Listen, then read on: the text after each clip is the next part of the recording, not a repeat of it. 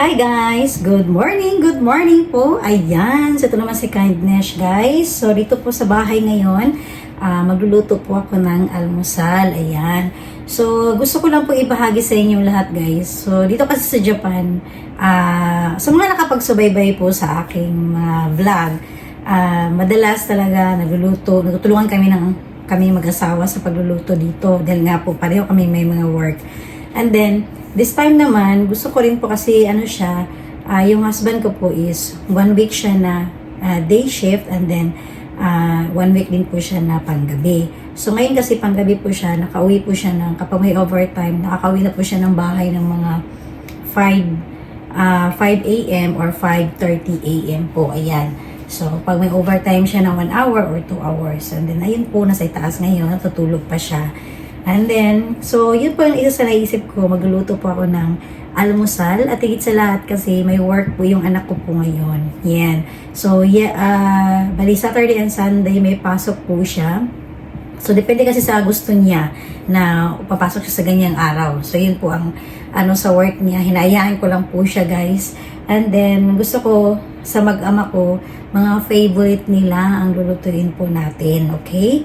Yan po guys. So, magluluto ko ngayon guys ng udong po. Ayan. Kasi binigyan ako ng udong sa galing Pilipinas. Ayan. Ayan. May love shoutout po sa aking mga sister-in-laws na galing po ng Pilipinas. Guys, nakauwi na po sila.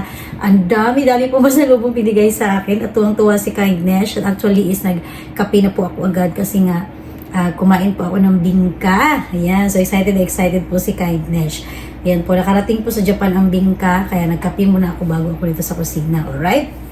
So, ayan guys, dahil may udong po tayo, kaya naisip ko po ngayon, gagawa ako ng favorite na almusal sa aking mag-ama. So, yung udong po, lagyan po natin ng, Chinese pizza or cabbage. Yan po. So, lalagyan natin ito, parang special, para may gulay din po talaga, no? So, and then, wala kasi akong sardinas ngayon. So, naisipan ko lang kasi siya talaga. Kung ano lang yung may ako dito, may mga, katulad dito, may mga gulay ako, masasayang. So, yun lang po. So, wala akong sardinas. Kaya ang gagawin ko po is tuna po yung ilagay ko po. Yan. Kasi palagi naman akong may tuna kasi sa bahay. Kaya, ayun ang isa sa ihalo ko. And then, magluluto din po ko. Siyempre, kaya nga favorite po nila. Ayan, magluluto naman po ako ng talong. Tortang talong po. Paborito naman ng anak ko. Actually, silang dalawa talaga. Favorite nila yan. Kaya, at syempre, may mga po guys na iba pang lulutuin, no? So, may mga nakahanda din ako dito. Mga itlog, ayan. So, sa araw-araw talaga, maganda yung may itlog tayo, lalo na sa almusal. And then, higit sa lahat, ang favorite ni Kindness. Alright? So, tungtuwa ko guys kasi nabili ko lang siya ng tag-piso-piso mahigit lang. Yung ating saging na saba. O, diba? So, ganyan dito guys. Tungtuwa na si Kindness sa mga ganito. Actually, binili ko siya nito last week. And then, tinago ko siya para mahinog. So, tinanong ko yung mag-ama ko, ano bang gusto nyo sa pagluluto ko nito? Gusto nyo ba na parang pinaypay? Banana Q? Or yung parang lulutuin lang, yan. Sabi naman pareho sila ng sagot ng mag-ama ko, prituhin lang daw. Alright, so napakasimple. Madali lang to, prituhin lang. Alright guys, so yan po at mamaya-maya update ko po sa inyo guys kasi syempre, kailangan natin ng sipag, tiyaga at pagluluto, no? Dahil islice ko muna ito. Okay? Right?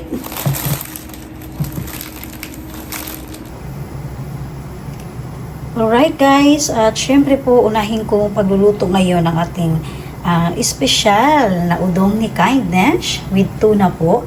Ayan, and then lagyan natin ng gulay. Okay?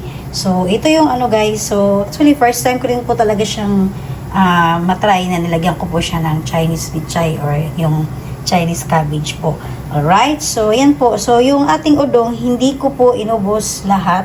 Dahil medyo marami rin po kasi akong lutuin ngayon. Katulad po nito guys, nakasalang na po yung ating talong dahil may gagawin po akong maya dyan sa ating talong. Yan. So dahil nga favorite ng aking mag-ama. Alright guys, so bisahan mo na ni Kindness ngayon ang pagluluto po ng aking special na udong with tuna and Chinese cabbage po.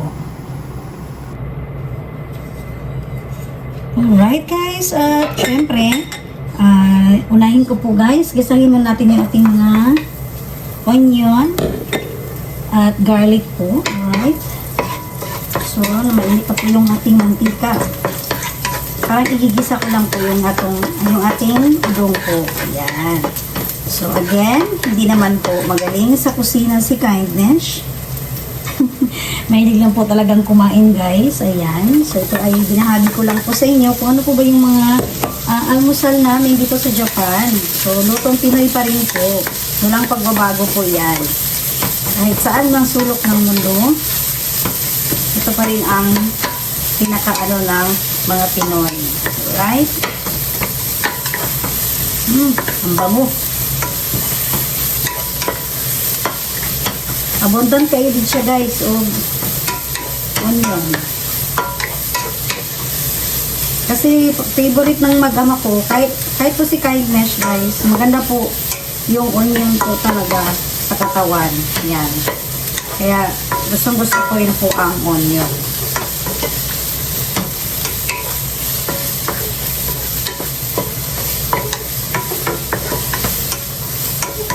Wow.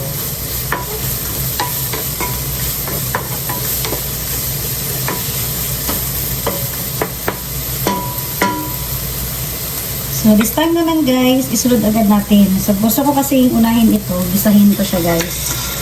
Yan. So, syempre, ang lalagyan natin ng silver swan. Kasi, lutong Pinoy nga po. Ayan. From Philippines. Diba? So, dahil may nabibili pa rin tayo mga tindahan dito sa Philippine store. Dito sa Japan. Ayan.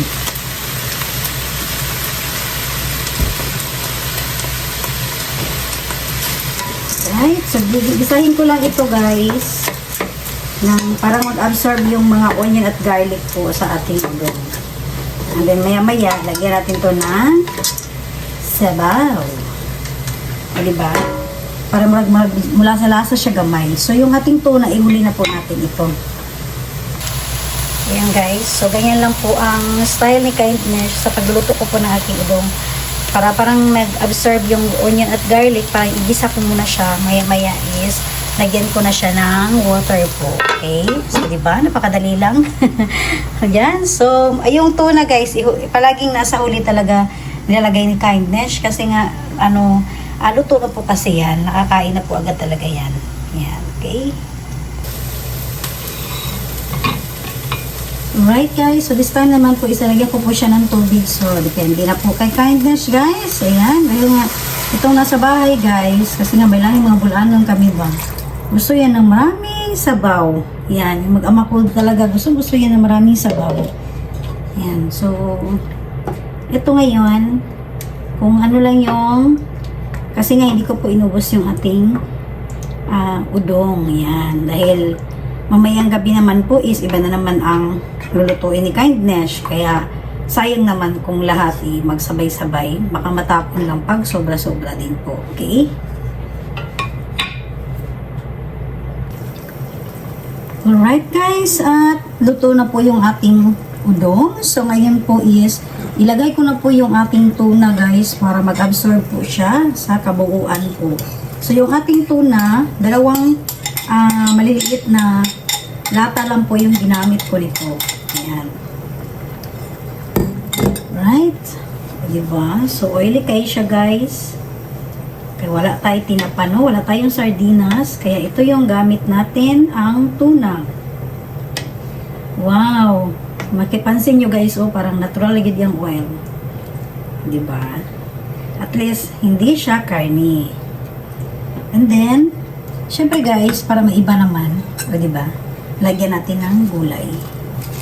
So, dahil kami na naman po ang kakain nito guys. Diba? Marami na po. Ayan, may gulay pa. Ito yung gustong-gusto ni Kindness. Wow.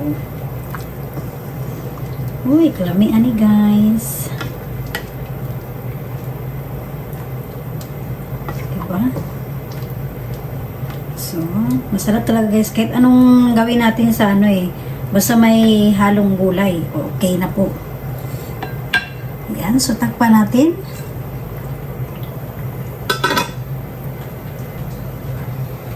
So, this time naman guys, dahil po is hindi pa talaga luto lahat yung ating udong. So, sayang yung oras.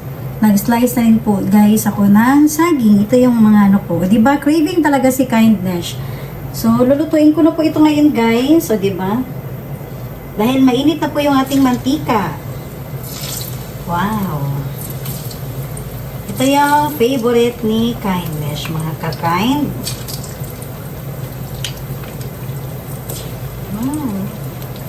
So, nagugas po ng kamay si Kindness kahapon po. So, di ba guys, ito talaga yung nakakatuwa sa atin, no? Yung, alam mo yung favorite natin, di ba? Mag-craving tayo.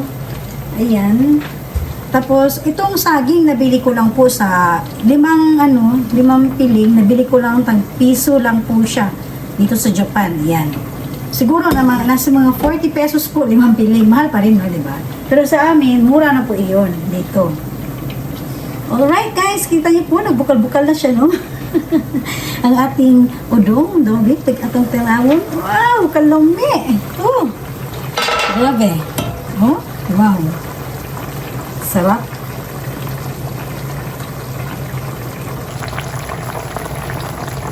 Ayan na guys, so lamikay siya no, kasi nagmantika gid siya guys oh. Oily talaga dahil tuna po yung ginamit natin. Ayan, so sa totoo lang po guys, dahil natikman ko na po yung tuna talaga noon pa, masarap po talaga din siya sa udong. Ayan. So, kung hindi kayo kumakain ng sardinas, try nyo ang tuna guys, napakasarap po. Tapos lagyan nyo ng iba-ibang mga gulay or ano po yung gusto nyo. Pwedeng-pwede po. O, diba? So, yung ating saging naman, alright! O, diba guys? Sarap ng almusal ni Kindness ngayon ba? Okay. So, ayan guys. So, i-share ko lang po. Sa totoo po, 6 po ito. Nadisgrasya po yung dalawa. Pagbukas ko po ng yung lagayan niya, yung plastic ko, lumusot yung dalawang itlog. Gumulong po sa sahig. Kaya, ayan, hindi ko na inailagay. Sayang po talaga. Pero okay lang din po dahil nga po, parang palamuti lang po ito kay Kindness. Ayan, so ilagay na po natin dahil luto na po ito guys. Alright?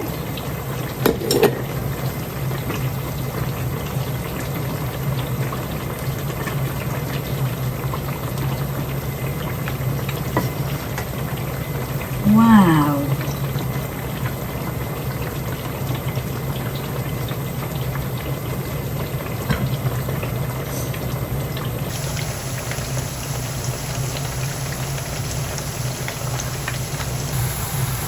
Alright guys, at ito naman yung update sa aking pinirito na saging. So, favorite yun ni Kindness guys. Kung napansin nyo po yung boses ni Kindness, di ba parang tuwang-tuwa talaga, no?